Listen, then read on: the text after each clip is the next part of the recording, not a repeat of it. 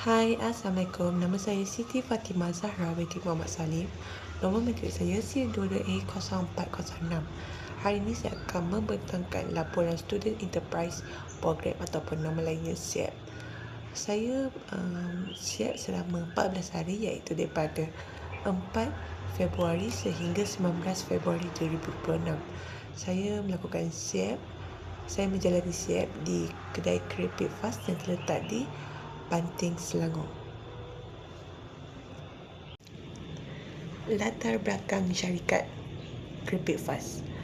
Fast merupakan sebuah syarikat industri kecil sederhana yang mengeluarkan makanan ringan seperti keripik, kuih muih dan lain lagi. Syarikat ini mula beroperasi pada tahun 1983 dan syarikat ini bermula daripada perniagaan daripada rumah, dan pada masa kini keripik fast mempunyai kedai sendiri dan juga mempunyai kilang sendiri. Nama kedai keripik fast diambil daripada gabungan anak-anak pengasas yang menjadi simbol kesinambungan generasi dalam perniagaan. Pada peringkat awal, keripik fast dijalankan secara kecil-kecilan iaitu daripada rumah dan menggunakan peralatan tradisional. Namun pada masa kini, keripik fast telah mempunyai kedai sendiri dan juga kilang sendiri dan menggunakan mesin yang moden seperti mesin pemotong, mesin pengupas, mesin menggoreng dan juga mesin menghasilkan minyak. Mesin menghasilkan minyak ini digunakan bagi membuat sesuatu produk itu tahan lebih lama dan juga lebih berkualiti. Keripik fast menghasilkan pelbagai jenis produk seperti keripik ubi, pisang, kentang, keledek dan juga pelbagai perisa yang popular. Antara the best seller is keripik masin kuning dan juga keripik beras kering. Syarikat keripik fast beroperasi di Banting, Selangor dan menawarkan hampir 300 jenis produk makanan ringan dengan harga borong terus daripada kilang. Visi dan misi keripik fast. Visi keripik fast ialah untuk menjadikan keripik fast sebagai sebuah perusahaan yang dikenali oleh semua lapisan masyarakat dan meluaskan pasar mereka ke seluruh peringkat domestik dan juga antarabangsa. Misi keripik fast pula adalah untuk memaksimumkan keuntungan atas penjualan keripik di samping memberi perkhidmatan dan bantuan kepada pengusaha industri kecil dan sederhana serta pengusaha tempatan. Ketika menjalani SIEP di keripik fast, saya merupakan salah satu di bahagian marketing ataupun multimedia. So, saya pernah buat live, saya juga pernah edit video seperti yang ditunjukkan di atas.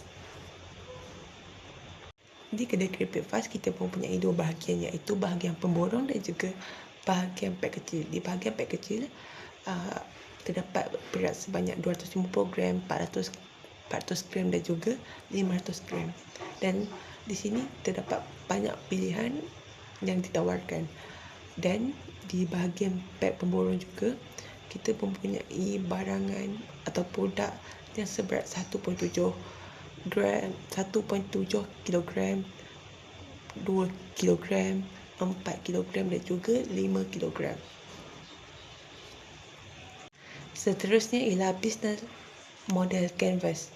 Terdapat 9 bahagian di bahagian BMC ini, antaranya ialah rakan kongsi utama, aktiviti utama, cadangan utama, hubungan pelanggan, segmen pelanggan, sumber utama, saluran, kos struktur dan juga sekali ialah aliran pendapatan. Di bahagian rakan kongsi utama, kita mempunyai pembekal keripik dan juga kuih dan juga pembekal bahan mentah untuk pembuatan keripik. Antara pembekal bahan mentah seperti pisang dan juga ubi-ubi. Aktiviti utama keripik fast adalah mengeluarkan keripik tradisional yang berkualiti tinggi. Kedua, menyediakan pack kecil dan pack pemborong dan tempahan khas. Ketiga, menjual produk secara runcit dan juga borong. Keempat, pengurusan jualan dalam talian dan promosi di media sosial. Kelima, menguruskan penghantaran untuk pelanggan tempahan. Seterusnya, sumber utama. Sumber utama keripik fast adalah, utama dia ialah ubi, pisang, keledek, kentang, minyak masak dan juga rempah-rempah untuk menghasilkan sesebuah keripik itulah. Kedua ialah pekerja yang terlatih untuk mengeluarkan keripik itu dan juga jualan. Ketiga, seperti mesin pemotong, mesin menggoreng, mesin parah minyak untuk menyingkirkan minyaknya berlebihan. Seperti yang saya kata, mesin untuk menyingkirkan minyak ni adalah untuk menjadikan produk tu tahan lebih lama. Cara dagang utama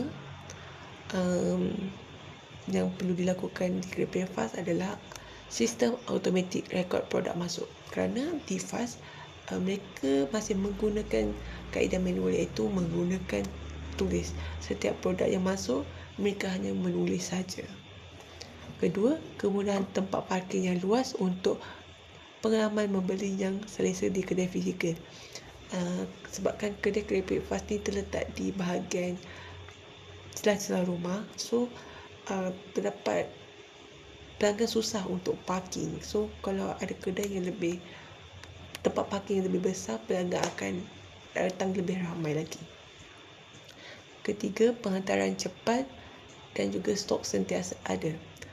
Pada bulan Ramadan ni kita mempunyai masalah stok sebabkan terlalu ramai orang beli tetapi stok terhad.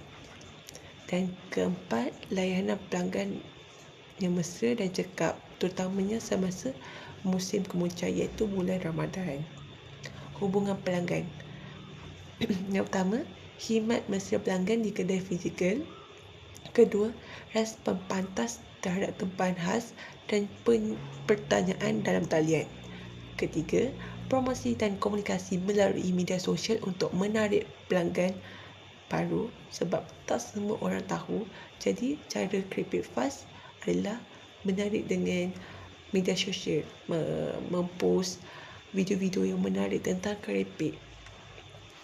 Keempat, diskaun untuk pembelian borong atau tempahan baru. Di kedai keripik fast, kalau pelanggan membeli keripik yang sama tapi sebanyak 10 item yang sama, mereka akan dapat diskaun sebanyak 50 sen per pack. Saluran keripik fast seperti kedai fizikal keripik fast sendiri, TikTok untuk live marketing, Shopee untuk jualan online dan juga WhatsApp atau DM untuk pertanyaan di kedai. Seterusnya ialah segmen pelanggan. Pelanggan runcit yang ingin membeli secara borong untuk kegunaan sendiri. Kedua, peniaga yang ingin membeli keripik secara borong untuk dijual semula. Ketiga, pelanggan yang ingin membuat tempahan untuk majlis, perkahwinan, kenduri, acara keramaian dan juga musim perayaan. Dan keempat, pelanggan dalam talian melalui media sosial dan platform e-dagang. Seterusnya ialah kos struktur. Antara kos struktur bagi keripik fast adalah kos bahan mentah seperti ubi, pisang, keledek, kentang, minyak masak, rempah dan lain-lain lagi. Seterusnya ialah upah pekerja. Ketiga, kos sewa kedai dan juga kilang. Keempat, utility seperti air, elektrik dan juga internet. Keempat, kos mesin dan penyelenggaraan peralatan. Kelima, kos pembungkusan seperti plastik, kotak parcel, pembalut, stiker, label. Keempat, kos alat tulis dan juga pejabat seperti pen, kertas invoice, buku stok dan juga resit. Dan terakhir, kos penghantaran dan juga logistik. Bagi aliran pendapatan pula, keripik fast akan dapat balik duit mereka ataupun aliran pendapatan mereka daripada jualan keripik di kedai fizikal, jualan online melalui TikTok dan juga Shopee, dan juga servis penghantaran dan juga tempahan pukal.